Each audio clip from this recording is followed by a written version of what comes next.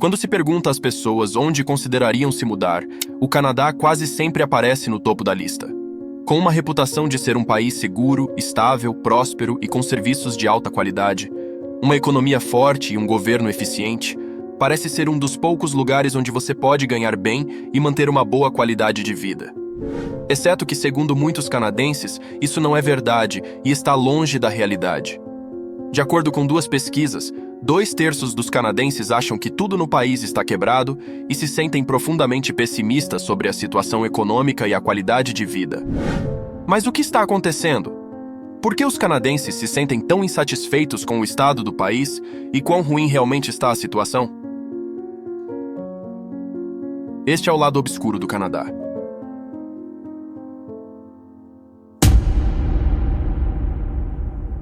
Antes de analisarmos o que está acontecendo, vamos nos aprofundar um pouco mais em como os canadenses realmente se sentem. Enquanto o estereótipo geral é que os canadenses são felizes e alegres, o clima no país atualmente não poderia ser mais diferente. Pesquisas mostram que mais da metade dos canadenses estão irritados com a forma como o país é gerido, e 2/3 acham que o Canadá está profundamente quebrado, preocupados com a economia e com a capacidade de arcar com suas necessidades diárias. Outros dados confirmam essa mistura de depressão, raiva e pessimismo. A maioria dos canadenses está insatisfeita com seu próprio país e sente que suas vidas eram muito melhores no passado, com serviços significativamente piores atualmente. Independentemente da pesquisa escolhida, o quadro é basicamente o mesmo e nada bonito. Os canadenses estão mais preocupados e negativos sobre sua economia e qualidade de vida pessoal do que pessoas de quase qualquer outro país desenvolvido. O sentimento geral sobre o Canadá é pior do que em qualquer outro ponto da história recente. Embora o Canadá ainda tenha altas taxas de imigração, nem os imigrantes estão mais comprando o sonho canadense. Estudos mostram que um número crescente de imigrantes opta por deixar voluntariamente o Canadá devido à insatisfação com a qualidade de vida e oportunidades econômicas. Mas o que está acontecendo no Canadá que faz as pessoas se sentirem assim? Embora o país tenha uma reputação quase perfeita, uma análise mais detalhada revela que essa imagem se desfaz rapidamente. Você já deve ter ouvido falar que grande parte do mundo está passando por uma crise imobiliária, mas onde quer que você esteja, provavelmente não é tão ruim quanto no Canadá, que hoje tem um dos mercados imobiliários menos acessíveis do mundo. Nos últimos 10 anos, o valor de uma casa média canadense mais do que dobrou, com os preços dos aluguéis crescendo em ritmo similar. Isso torna extremamente difícil pagar por um aluguel e quase impossível comprar uma casa. Em Toronto, o residente médio gasta 120% de sua renda em aluguel e se você quiser comprar uma propriedade em Vancouver, precisa ganhar pelo menos $250 mil para se qualificar para um financiamento.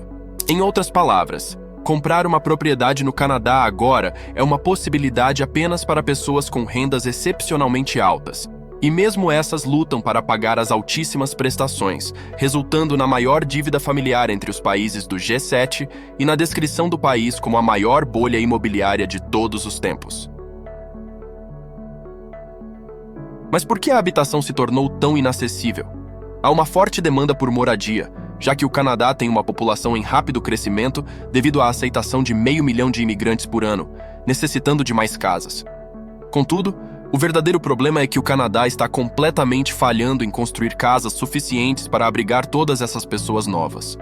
Assim como em muitos outros países, as políticas habitacionais no Canadá são controladas pelos governos municipais, que relutam em permitir a construção de mais casas, temendo a depreciação dos preços das propriedades já existentes. Menos casas significa preços mais altos, beneficiando os proprietários de imóveis, que também são eleitores. Dessa forma, os políticos locais evitam abordar o problema para não desagradar seus constituintes atuais, tornando a habitação inacessível para todos os outros. Adicione uma população em constante crescimento e o fato de que o mercado imobiliário canadense tradicionalmente é uma escolha de investimento segura para estrangeiros ricos, especialmente da Ásia, buscando um lugar para estacionar seu dinheiro. E você tem um pesadelo imobiliário. Mas não para por aí, pois a habitação está longe de ser a única coisa extremamente cara no Canadá. Surpreendentemente, os canadenses pagam mais do que quase qualquer um no mundo por uma série de coisas comuns, como mantimentos, taxas bancárias, tarifas de celular ou passagens aéreas. O custo do combustível no Canadá é muito mais alto do que nos Estados Unidos, enquanto o custo dos cuidados de saúde, por outro lado, é muito mais alto do que na Europa. E isso não é por acaso, mas sim consequência direta do fato de que o Canadá, mais do que qualquer outro país, é dominado por monopólios e oligopólios. Em outras palavras, a maioria das indústrias canadenses é controlada por apenas uma ou algumas empresas gigantes, resultado de uma estratégia questionável seguida por muitos governos canadenses.